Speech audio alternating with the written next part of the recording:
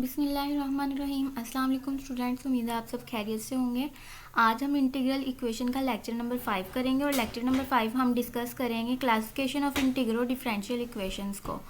तो हमने पहले जो है हमने इसमें क्लासीफाई करवाना है, मींस के हमारे पास दो टाइप के इंटीग्रो डिफरेंशियल इक्वेशंस होंगी। एक हमारे पास होगी फ्रेडहोल्म और दूसरी होगी हमारे पास वोल्ट्रा। ठीक है, फ्रेडहोल्म और वोल्ट्रा के बारे में आगे हम डिस्कस कर चुके हैं कि फ्रेडहोल्म हमारे पास इंटीग्रल इक्वेशन वो होती है जिसमें हमारे पास इंटीग्रेशन लिमिट्स जो होती हैं वो फिक्स्ड होती हैं, कांस्टेंट होती हैं।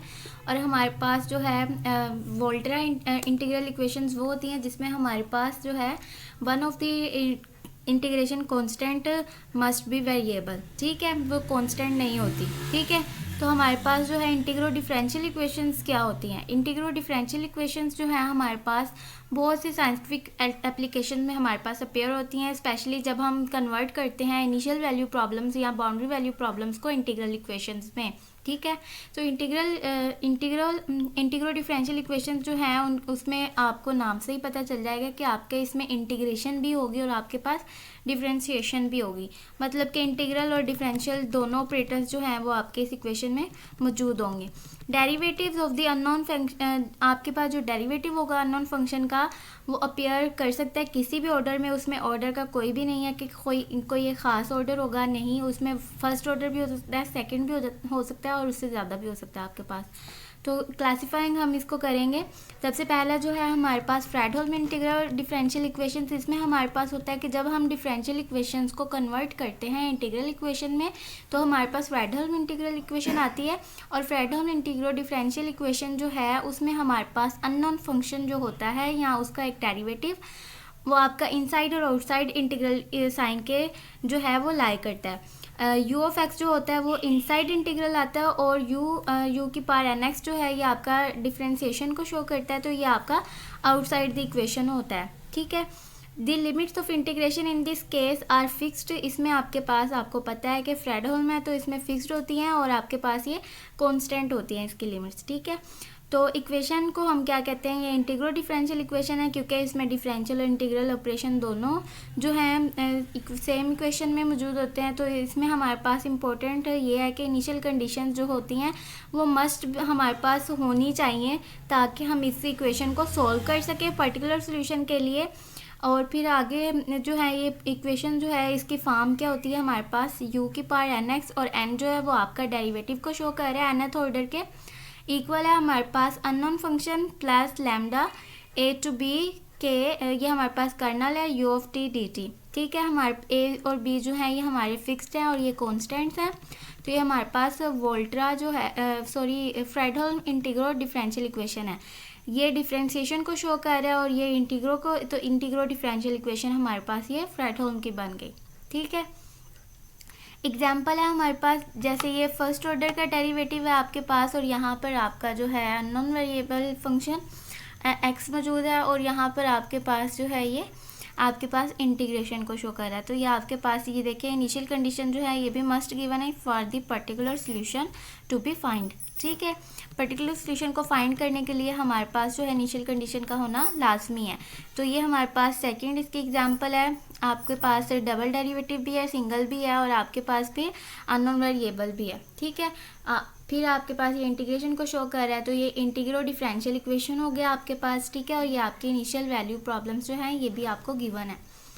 नेक्स्ट है हमारे पास वोल्ट्रा इंटीग्रो डिफरेंशियल इक्वेशन। जिस तरीके से आपके पास फ्रेडहोल्म के आते हैं इसी तरीके से जब हम कन्वर्ट करते हैं इनिशियल वैल्यू प्रॉब्लम्स को, ठीक है, तो इंटीग्रल इक्वेशन में तो हमारे पास जो है वोल्ट्रा इंटीग्रल डिफरेंशियल इक्वेशन आ जाती है। इसमें आपके पास जो है अननोन फंक्शन और उसका डेरिवेटिव जो है इनसाइड आउटसाइड आता है इंटीग्रल साइन के रिस्पेक्टिवली। एटलीस्ट आपके पास जो है एक लिमिट जो है इंटीग्रेशन की वो जो है वो वेरिएबल होगी। ठीक है, मीन्स कि कांस्टेंट नहीं होगी क्योंकि ये आपके पास वोल्ट्रा इंटीग्रल इक्वेशन है। तो इसको हम इंटीग्रो डिफरेंशियल इक्वेशन कहेंगे क्योंकि इसमें डिफरेंशियल और इंटीग्रल ऑपरेटर्स दोनों मौजूद होंगे सेम इक्वेशन में और आपको इसमें भी इनिशियल कंडीशन जो होगी वो गिवन होगी ताकि आप पर्टिकुलर सोल्यूशन को डिटरमाइन कर सकें।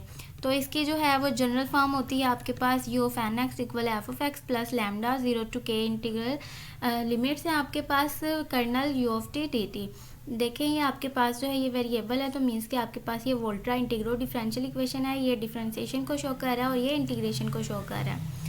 तो एग्जाम्पल है आपके पास कुछ इसकी, ठीक है। ऐसे ही वोल्ट्रा फ्रेडहोल्म हमने पहले भी डिस्कस किया था, जिसमें आपके पास वोल्ट्रा इंटीग्रल भी आ जाए और फ्रेडहोल्म इंटीग्रल भी आ जाए और ये दोनों आपस में डिसजॉइंट इंटीग्रल्स हैं, ठीक है। डिसजॉइंट मीन्स जिस तरीके से मतलब कि आपके पास एक जो है सेट वो दूसरे सेट से ऑपोजिट हो, बिल्कुल ही ऑपोजिट हो, जैसे कि इवन सेट और ऑड सेट, ठीक है। इवन नंबर्स का सेट और ऑड नंबर्स का सेट आपके पास डिसजॉइंट होता है। इसी तरीके से आपके पास दो इंटीग्रल इस फॉर्म के हों कि वो दोनों से बिल्कुल ही ऑपोजिट हों, तो वो आपके पास डिसजॉइंट इंटीग्रल्स होते हैं, ठीक है। जैसे कि इसके लिमिट्स है, हमारे पास एक कांस्टेंट है और एक आपके पास वेरिएबल है, ये वोल्ट्रा है, और दूसरी है हमारे पास दोनों की कांस्टेंट है और ये हमारे पास फ्रेडहोल्म है, ठीक है। तो इसलिए ये दोनों जो है ये डिसजॉइंट इंटीग्रल्स है और एक ही इक्वेशन में अपेयर हो रहे हैं, तो ये आपके पास वोल्ट्रा फ्रेडहोल्म इंटीग्रल इक्वेशन आ जाती है। और इसमें आपके पास दोनों है, डिफरेंशिएशन भी और इंटीग्रल भी है, तो इसलिए ये आपके पास इंटीग्रो डिफरेंशियल इक्वेशन बन जाती है फ्रेडहोल्म वोल्ट्रा, ठीक है। ये इसकी आपके पास जनरल फॉर्म, ये आपके पास इसकी कुछ एग्जांपल्स हैं। आगे एक्सरसाइज में आपने सिर्फ डिटरमाइन करना है कि इंटीग्रो डिफरेंशियल इक्वेशन फ्रेडहोल्म की है, वोल्ट्रा की है, या वोल्ट्रा फ्रेडहोल्म इंटीग्रो डिफरेंशियल इक्वेशन है, ठीक है। तो इसको हम सॉल्व करते हैं। फर्स्ट क्वेश्चन है आपके पास u प्राइम x इक्वल है 1 + 0 to x integral x u(t) dt u(0) equals to 0। तो यहाँ पर देखें तो ये वोल्ट्रा ये डिफरेंशियल इक्वेशन तो है, लेकिन कौन सी है, वोल्ट्रा की है या फ्रेडहोल्म की है। तो यहाँ से हमें लिमिट्स जो है वो बताएंगे। एक लिमिट जो है वो वेरिएबल है, मीन्स के ये हमारे पास वोल्ट्रा इंटीग्रो डिफरेंशियल इक्वेशन है, ठीक है। तो आपने जस्ट इतना ही लिखना है कि दिस इज द वोल्ट्रा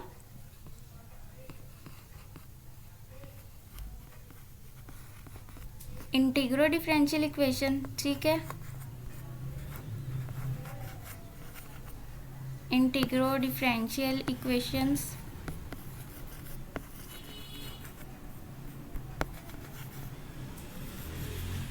और ये क्यों वोल्ट्रा है, इसकी आपने रीज़न दे देनी है कि क्योंकि इनमें से जो एक लिमिट है वो आपकी क्या है, कांस्टेंट नहीं है, ठीक है। Because of the one of the limit of the integral is not constant. आगे आपने ये रीज़न दे देनी है।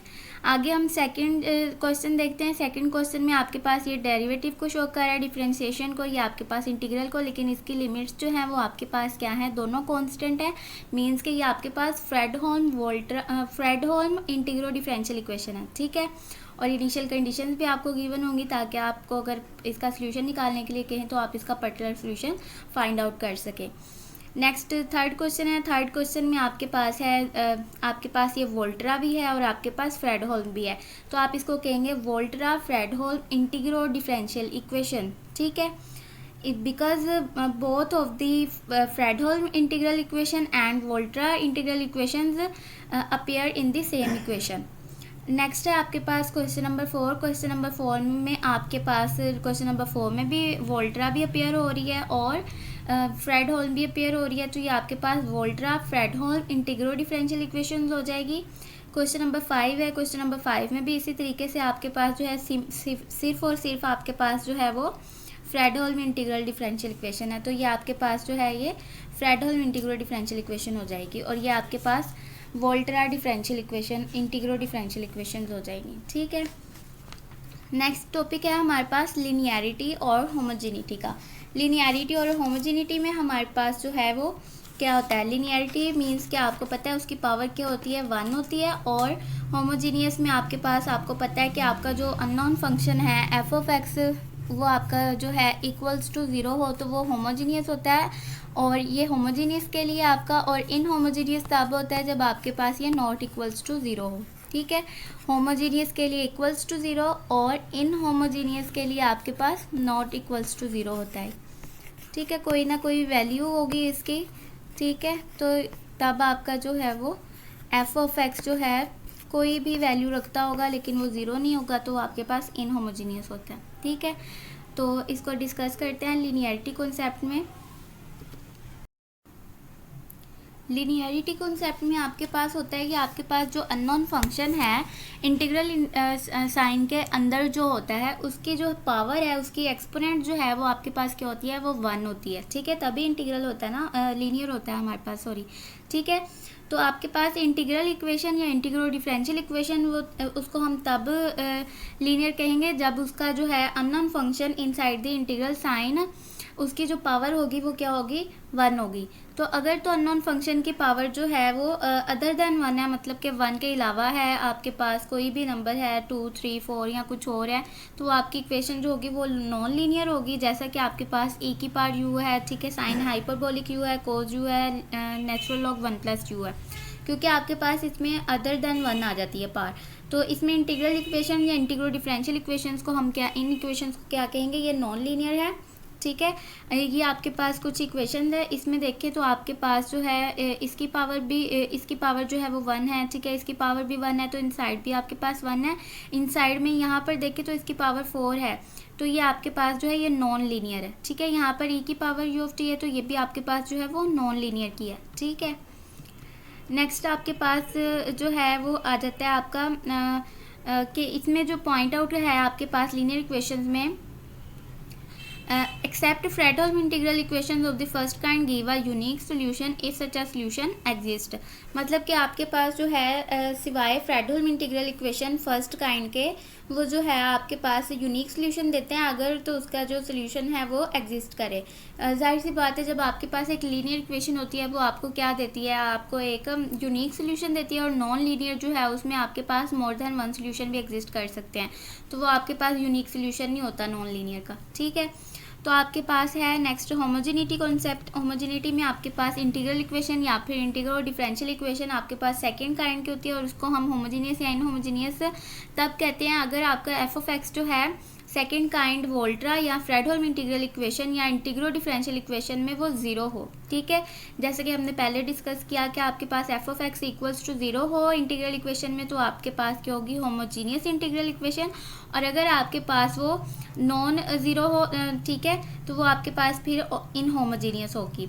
तो इसमें आपके पास जो है सिर्फ सेकंड काइंड में जो है ये प्रॉपर्टी होल्ड करती है। ठीक है, इस कॉन्सेप्ट में आपके पास है ये equation u of x equal है sine x plus 0 to x t u ऑफ t dt। इसमें देखें तो यहाँ पर कोई ना कोई फंक्शन आ गया, 0 नहीं है, मीन्स के ये आपके पास इनहोमोजीनियस है। यहाँ पर भी फंक्शन है तो ये इनहोमोजीनियस है। और यहाँ पर देखिए तो आपके पास ये सेकंड काइंड में हमने कहा है कि सिर्फ होता है, तो मीन्स के यहाँ पर कुछ ना कुछ आउटसाइड द इंटीग्रल भी आपके पास कोई अननोन वेरिएबल होना चाहिए था, जो कि नहीं है। मीन्स के ये फिर आपके पास क्या है, 0 है वो, तो फिर आपके पास ये जो है ये होमोजीनियस होगी। ठीक है, अब है आपके पास एक्सरसाइज 2.3। इसमें आपने क्लासीफाई करना है कि Fredholm Volterra linear non linear को, और फिर आपने उसमें बताना है कि वो होमोजीनियस या इनहोमोजीनियस। ठीक है, उन दोनों में से भी बताना है। सबसे पहला क्वेश्चन है आपके पास, आपको पता है कि ये इसकी लिमिट्स जो है वो हमें बता रही हैं कि ये वोल्ट्रा इंटीग्रल इक्वेशन है, this is a Volterra integral equation. और फिर इसकी लीनियरिटी के बारे में बताना है, ये लीनियर है क्योंकि आपके पास inside the integral unknown variable की एक्सपोनेंट जो है वो 1 है। ठीक है, और फिर आपने इसका होमोजीनियस इनहोमोजीनियस बताना है, तो ये इनहोमोजीनियस है because of the 1 on the right hand side in front of integral. ठीक है, तो आपने इस तरीके से इन क्वेश्चंस को सॉल्व करना है। ये हमारे पास क्वेश्चन नंबर 2 है। क्वेश्चन नंबर 2 में हमने जो है सबसे पहले तो ये बताना है कि फ्रेडहोल्म है या वोल्ट्रा है। ठीक है, तो हमारे पास इसकी जो लिमिट्स हैं वो हमें बता रही हैं कि ये क्या है, हमारे पास फ्रेडहोल्म इंटीग्रल इक्वेशन है। तो सबसे पहले हम लिख देंगे this is a Fredholm integral equation. ठीक है,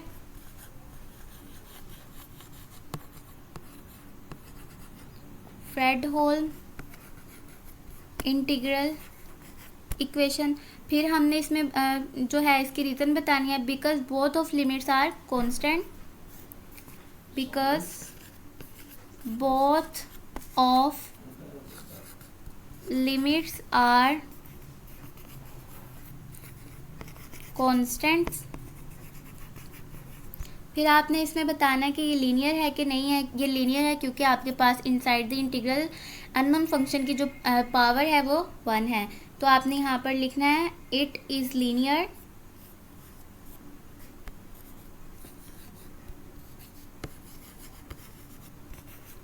because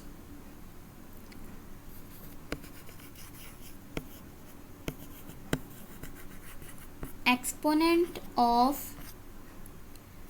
u is 1 inside the integral, या फिर आप लिख दें कि wherever it appear in equation, क्योंकि जहाँ पर भी ये आ रहा है तो उसकी पावर जो है वो आपके पास 1 ही होनी चाहिए। Wherever it appears in equation. फिर आपने इसकी होमोजीनियस या इनहोमोजीनियस के बारे में बात करनी है, तो फिर आपने इसको कहना है कि ये इनहोमोजीनियस है क्योंकि हमारे पास जो है राइट हैंड साइड पे कोज हाइपरबोलिक एग्जिस्ट कर रहा है। It is inhomogeneous because of cos hyperbolic x on right hand side in front of the integrals।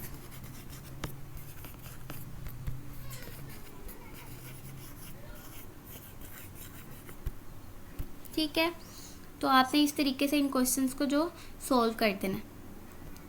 Question number 3 है। क्वेश्चन नंबर 3 में आप देखें तो सबसे पहले हमने कहना है कि ये हमारे पास वोल्टा इंटीग्रल इक्वेशन है, क्योंकि इसके लिमिट्स जो हैं वो दोनों जो है एक दोनों में से कोई एक जो है वो कांस्टेंट नहीं है, एक वेरिएबल है। नियर है because of the exponent of u is 1 wherever it appears in the equation. और ये हमारे पास जो है होमोजीनियस है, क्योंकि आपके पास जो है यहाँ पर अननोन फंक्शन जो है वो इक्वल्स टू 0 है। कोई भी यहाँ पर फंक्शन जो है वो अपेयर नहीं कर रहा, मीन्स के 0 है वो आपके पास।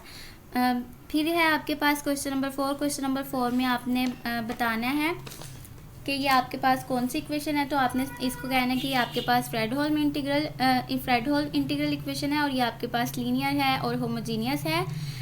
ये आपको पता है कि अब लीनियर क्यों है, क्योंकि आपके पास u की पावर जो है 1 है, और आपके पास ये होमोजीनियस इसलिए है क्योंकि आपके पास यहाँ पर जो भी फंक्शन होना चाहिए था वो है ही नहीं, मीन्स के वो आपके पास 0 है। ठीक है, आगे नेक्स्ट है हमारे पास क्वेश्चन नंबर 5। क्वेश्चन नंबर 5 में आपने बताना है कि ये आपके पास फ्रेडहोल्म इंटीग्रल इक्वेशन है और ये नॉन लीनियर है, क्योंकि आपके पास यहाँ पर u की जो पावर है वो 2 है। ठीक है, और ये आपके पास इनहोमोजीनियस है because of 1 + x on the right hand side in the front of the integral. Question number 6 में आपके पास जो है ये आपके पास फ्रेडहोल्म इंटीग्रल इक्वेशन है और ये आपके पास नॉन लीनियर है because of the exponent of u inside the integral is 3। ठीक है, तो ये आपके पास 1 नहीं है, 3 है, इसलिए ये आपके पास नॉन लीनियर है और ये आपके पास इनहोमोजीनियस है बिकॉज ऑफ द 1। ठीक है, क्वेश्चन नंबर 7 में देखें तो आपके पास डिफरेंशियल भी एग्जिस्ट कर रहा है। ठीक है, डिफरेंशियल भी है और इंटीग्रल भी है, तो ये आपके पास इंटीग्रो डिफरेंशियल इक्वेशन होगी और ये आपके पास लिमिट्स जो हैं वो आपकी कांस्टेंट है। ये आपके पास फ्रेडहोल्म इंटीग्रो डिफरेंशियल इक्वेशन है और ये आपके पास लीनियर है। ठीक है, और आपके पास जो है ये इनहोमोजीनियस है because of 1। Next question number 8 में ये भी आपके पास इंटीग्रो डिफरेंशियल इक्वेशन है और ये आपके पास वोल्टा इंटीग्रो डिफरेंशियल इक्वेशन है और ये आपके पास लीनियर है क्योंकि आपके पास u की जो एक्सपोनेंट है वो 1 है और आपके पास ये होमोजीनियस है क्योंकि यहाँ पर कोई भी फंक्शन आउटसाइड द इंटीग्रल है ही नहीं हमारे पास, और वो आपके पास 0 हो तब भी आपके पास ये एग्जिस्ट कर सकता है। तो फिर आपके पास जब भी non variable function equals to 0 आ जाए तो वो आपके पास होमोजीनियस होता है। ठीक है, तो आज का लेक्चर जो है वो हमारा कंप्लीट हो गया। आई होप आपको समझ में आया होगा। लेक्चर समझ में आए फ्रेंड्स के साथ लाजमी शेयर कीजिएगा, चैनल को सब्सक्राइब करना ना भूलिएगा। अगले लेक्चर तक के लिए अल्लाह हाफिज़।